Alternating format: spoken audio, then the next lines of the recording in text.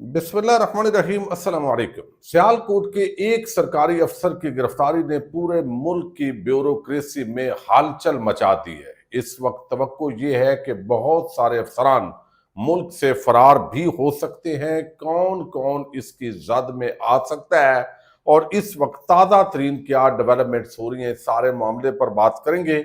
दूसरी तरफ कोस्तान corruption scandal भी बिगड़ गया और अब इसके जो मामलात हैं वो अली अमीन गंडापुर और साबक वज़ीर आला महमूद खान तक फैलते हुए दिखाई दे रहे हैं। इसकी जो डिटेल है वो आपके सामने रखनी है। लड़की से मुबैना ज्यादती पर पाकिस्तान की कौमी क्रिकेट के खिलाड़ी को बरतानिया के अंदर गिरफ्तार कर लिया गया है। ये खबर क्या है, इसकी कुछ तफसीलात भी आपके सामने रखूंगा। आज अगरचे सुप्रीम कोर्ट ऑफ पाकिस्तान के अंदर बड़ा मसरूफ दिन है और इसके अंदर अगर हम देखें तो बहुत सारे आम केसेस की समाअत हो रही है और इंतहाई इंटेलेक्चुअल जज, आईनी माहरीन के माहिर अब वो रेगुलर बेंच के अंदर भी समाअत कर रहे हैं।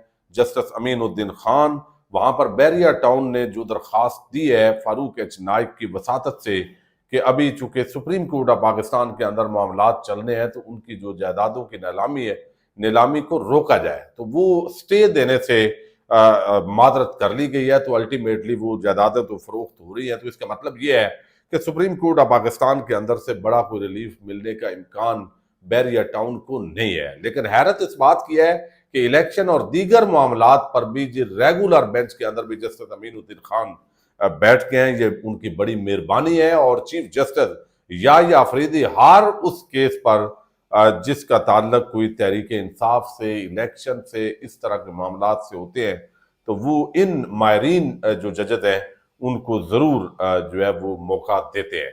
अब एक खबर है और खबर आप देख चुके हैं, लेकिन ये बड़ा अफसोसनाक पहलू है। अभी नॉर्वे के अंदर हमारी एक टीम गई, कौमी टीम, और वहां पे एक खिलाड़ी वो रफू चक्कर हो गए। यानी उनको भी अंदाजा है पाकिस्तान में वापस जाएंगे तो पता नहीं क्या होगा। मुल्क के जो भी हालात वाकयात है, भाई इधर ही कहीं नौकरी ढूंढते हैं, आ तो गए हैं, दोबारा शायद वीजा मिले ना मिले, फिर क्या करेंगे। तो अब यहाँ पे वो टिक गए हैं। और दूसरी तरफ जो है वो कौमी क्रिकेटर है हैदर अली, उन पर लड़की की ज्यादती का इल्जाम लगा है।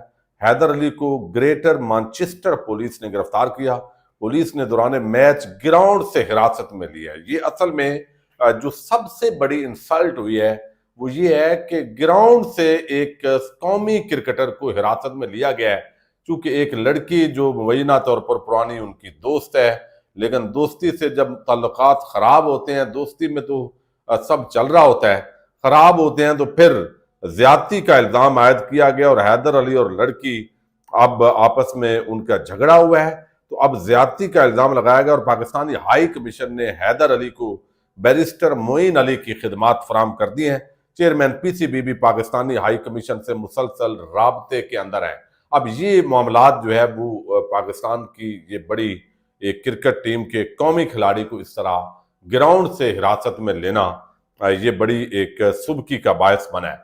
अच्छा, अब दूसरी तरफ जो कोस्तान स्कैंडल है, बुनियादी तौर पर वो भी सियालकोट टाइप स्कैंडल है। वजह यह है कि इस मुल्क के अंदर पिछले 3 सालों में खास तौर पर, और पुराना ये सिलसिला चल रहा है, जो ब्यूरोक्रेसी है वो तकड़ी है, मामलात को वो चला रहे होते हैं। ज्यादातर सियासतदानों को पता नहीं होता, फाइलें इधर से उधर वो साइन करवा रहे होते हैं और पूरा जो सिस्टम है वो या तो सिविल ब्यूरोक्रेसी चला रही होती है, और जब एस्टैब्लिशमेंट जरा ज्यादा ताकत के अंदर होती है तो फिर मिलिट्री जो एस्टैब्लिशमेंट है वो तकड़ी हो जाती है और फिर ये चीजें चल रही होती है। करप्शन भी हो रही होती है, लूटा भी जा रहा होता है, लेकिन फिर जब तासर अच्छा नहीं होता तो उस तासर को अच्छा करने के लिए कुछ ना कुछ चीजें जो है वो बगैर करनी भी पड़ती हैं। अब यहाँ पे हुआ ये है कि ये कोस्तान स्कैंडल है। अब इसके अंदर जो है वो 40 अरब रुपए का स्कैंडल, अरबों रुपए की रिकवरी हो चुकी है। पता चल गया है कि ये बाकायदा एक अफसरान का नेक्सस था जिन्होंने इस तरीके से एक बड़ी कार्रवाई की है।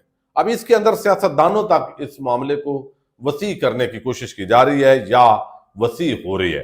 अब खबर यह है, जो जैद गाशकुरी, आपको इल्म इन्वेस्टिगेटिव जर्नलिस्ट है, उन्होंने ये खबर दिया कि खैबर पख्तूनख्वा में 40 अरब रुपए के कोस्तान स्कैंडल में बड़ी पेशरफ्त हुई है। इसमें 56 कंपनियां और अफराद मुलव्वस हैं, जिनके 100 अकाउंट्स में 36 अरब रुपए की ट्रांजैक्शन सामने आई है। एक ट्रक ड्राइवर के अकाउंट से 16 अरब रुपए की ट्रांजैक्शन हुई है। ये पापड़ वाले, ठेले वाले और वो तो पीछे रह गए। इस्लामाबाद और दीगर 7 बड़े शहरों में बड़ी बड़ी प्रॉपर्टीज की कीमत 66 अरब रुपए। कई हुकूमती अफसरान, बैंकों के एहलकार और ठेकेदार इसमें शामिल हैं, जिनमें साबक वजीर और एक साबक रुकन पार्लियामेंट भी शामिल है। नैब ने इस सिलसिले में 7 अफसरान को गिरफ्तार किया है। 88 लग्जरी गाड़ियां भी बरामद की गई हैं, जिनमें से 2 सियासी शख्सियात इस्तेमाल करती थी। तहकीकात मौजूदा वज़ीर आला अली अमीन गंडापुर और साबक वज़ीर आला की तरफ भी बढ़ रही है।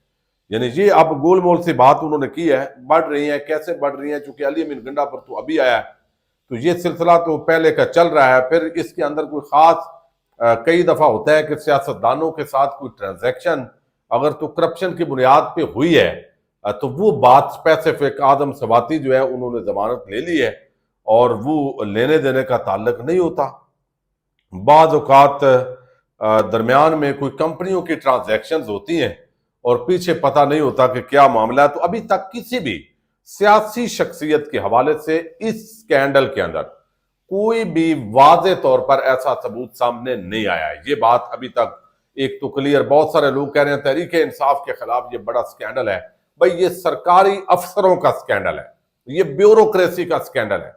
अभी तक इसके साथ किसी भी सियासी शख्सियत का कोई भी वाज़े लिंक साबित नहीं हुआ और इस्लामाबाद के अंदर बैठे हुए जो लोग हैं उनसे भी इसका ताल्लुक ब्यूरोक्रेसी के अंदर बन रहा है और उस आम बंदे को तब्दील किया गया उस जगह पे जहां पे इन्वेस्टिगेशन खैबर पख्तूनख्वा में हो रही थी।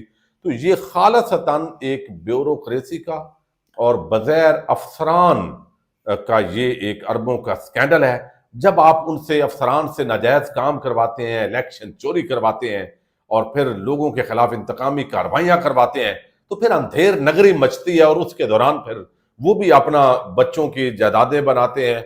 बैरून मुल्क जो बात की है ख्वाजा आसफ ने, वो थोड़ी ज्यादा कम उसको प्लस माइनस कर ले, लेकिन जायदादें, नेशनैलिटियां तो ली हुई हैं, नेशनैलिटियां भी ली हुई हैं। बैरून मुल्क बहुत सारे ब्यूरोक्रेट्स जो है प्रॉपर्टीज भी ली हुई हैं, उनके बच्चे भी वहां पे सेटल हैं, वो इधर अफसरी कर रहे हैं, इधर से माल शिफ्ट किया जा रहा है बैरून मुल्क और उनको पता है जब भी कोई मुश्किल वक्त आया। और अब भी बताया जा रहा है कि जो है वो बड़ी तादाद के अंदर जो अफसरान है वो मुल्क छोड़ सकते हैं और वहां जाके वो कहेंगे जी अब हमें नौकरी की जरूरत ही नहीं है, पेंशन करनी क्या है, तो पहले ही वो बहुत कुछ कर चुके हैं।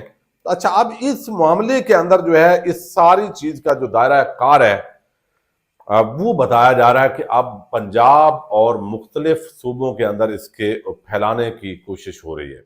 अब इसके अंदर एक तो ये होगा कि भाई ब्यूरोक्रेसी जो है उसके ये करप्शन पकड़ी गई है और ये काम हो गया। अब एडीसीआर जो सियालकोट का पकड़ा गया है उसके अंदर ये बात आप सुन चुके हैं, मैं ज्यादा इसको रिपीट नहीं करूंगा कि ये commissioner, additional deputy commissioner revenue Mohammad Iqbal, उनकी गिरफ्तारी के बाद पुलिस तफ्तीश में एडिशनल डिप्टी कमिश्नर रेवेन्यू ने करोड़ों रुपए की जायदाद का एतराफ किया है। अब ये बताया जा रहा है 1 अरब या 5 अरब का मामला है, ट्रांजैक्शंस और दीगर, लेकिन इसको अब कम कर दिया गया है और बाकी शायद यानी सरकारी खाते से वसूलियां ना हो, वो यानी एक हर एक के ऊपर भी है ना खाता, तो वो शायद इस तरीके से चले। तो इसमें फिलहाल ख्वाजा आसफ का वो मामला नहीं आया, सामने आया और लैंड क्रूजर समेत मुतअद्दिद प्लाट्स होने का एतराफ। मुलजम से लैंड क्रूजर गाड़ी, रोलेक्स घड़ी, 5 मरला कमर्शियल प्लाट्स की 2 फाइलें